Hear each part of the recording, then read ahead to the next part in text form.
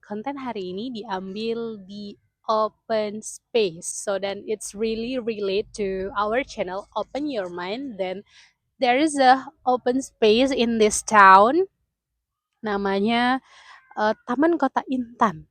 Ada kolam, ada arena bermain, and it's really refreshing your mind for you guys in a Gabang City di Kabupaten Landak. Halo guys, selamat datang di OYM, Open Your Mind. So, hari ini kita akan mereview buku dari Dale Carnegie, because aku pernah dengar kalimat seperti ini, percuma dong sekolah, percuma dong pendidikannya satu S2 S3 tapi ngomong ke orang seperti itu. Tapi attitude-nya seperti itu. Tapi dia yang suka seperti ini, tapi dia seperti ini, tapi dia seperti ini. That's a lot of gossip or a lot of interpretation of people yang dimana they judging you by how you respond, how you talk, how you socialize with other people. So then it's really, this book it's really important to you guys, even you are introvert and also extrovert one, you should knowing how to respond with the attitude, and even you maybe have something to asking untuk melakukan yang kamu mau, tapi it's really hard to communicate with them. So ya, banyak hal sekali yang sangat-sangat penting untuk mempelajari buku ini. Jadi buku ini terdiri dari 4 bagian. Saat aku membuat ringkasan buku ini, aku tercerahkan oleh satu perikop di Alkitab. Itu diambil dari 1 Petrus 3 ayat 10 sampai 11. So, I divided ayat tersebut menjadi 4. You guys can pause or capture this slide. Oke, yang pertama, bagaimana kamu bisa mencintai hidup dan mencari hal yang baik dari orang lain? Ya, ini sangat relate dengan 6 kiat agar orang lain menyukai kamu. Aku akan memilih ada 3 hal yang aku sangat suka. Yang pertama itu pujian. Dalam buku Dale Carnegie saying like, pujian itu seperti mata air di padang gurun. Baju kamu bagus ya hari ini. Kamu belinya di mana? Rambut kamu terlihat rapi. Melihat dan mencari hal-hal baik dari seseorang dan membicarakannya. That's how you respect them. Itu adalah pujian. Yang kedua, nama. Kamu harus mengingat nama, guys. Mengingat nama itu adalah hal yang terberat bagi aku, cause I'm a short-term memory. But when I read this book, nama itu sangat penting.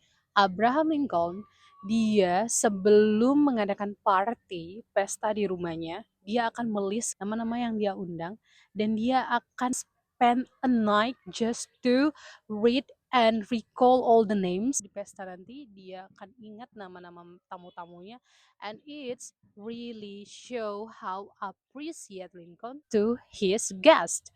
Jadi ingat nama itu sangat penting karena bagi manusia nama itu adalah jati diri mereka.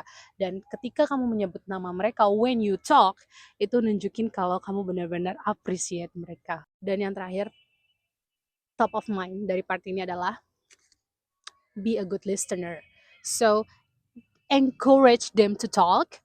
When you in the groups, dalam kamu perkumpulan or something, jangan terlalu banyak membicarakan tentang dirimu. Become a good listener, encourage them to talk, and let them be a superhero there. I mean, you listen, you talk about theirs, and be a good listener. So this part, remember, pujian, that's how you appreciate people. Remember their name and be a good listener. Oke, part kedua. Menjaga lidahnya terhadap yang jahat dan bibirnya dari ucapan yang menipu. That's the magic words that I said before. Jadi di sini bagaimana kamu bisa influence people tanpa mereka merasa dijudge. Pentingnya yang pertama sebelumnya aku bilang mendengarkan, melihat hal-hal baik dari orang tersebut. So, aku pernah ada student yang memang agak nakal, memang biasanya di dalam satu kelas ada aja. Ketika aku meminta dia untuk melakukan suatu tugas di kelas, dia tidak mau, dia melawan. dia ignore, then aku trying untuk tanya dia, aku trying untuk put myself in his shoes. Jadi aku berpikir apa yang bisa membuat dia untuk berubah.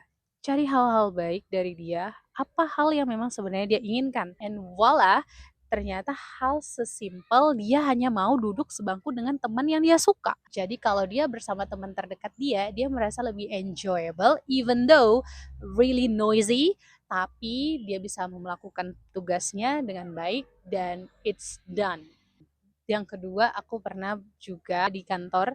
Jadi aku ingin mengajukan sesuatu ke atasanku yang dimana aku merasa apakah nanti beliau menyetujui permohonanku. Dan aku apply and yeah, he reject my proposal. Dan aku thinking apa benefit yang mungkin dia bisa dapat dari menyetujui proposalku dan apa ketakutan dia. Jadi aku berpikir atau mencari-cari hal baik dari dia yang akhirnya he accept my proposal just because restatement.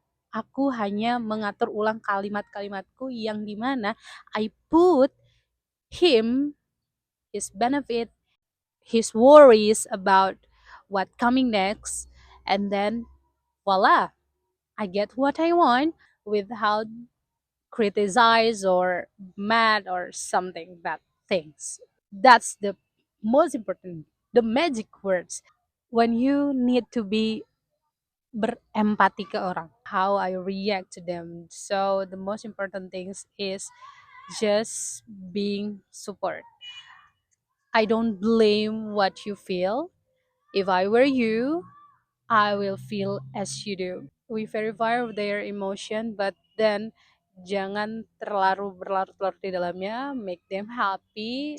Alihkan perasaan sedihnya. Be more supportive to them. That's how you show your empathy to people. Dan yang ketiga, menjauhi yang jahat dan melakukan yang baik.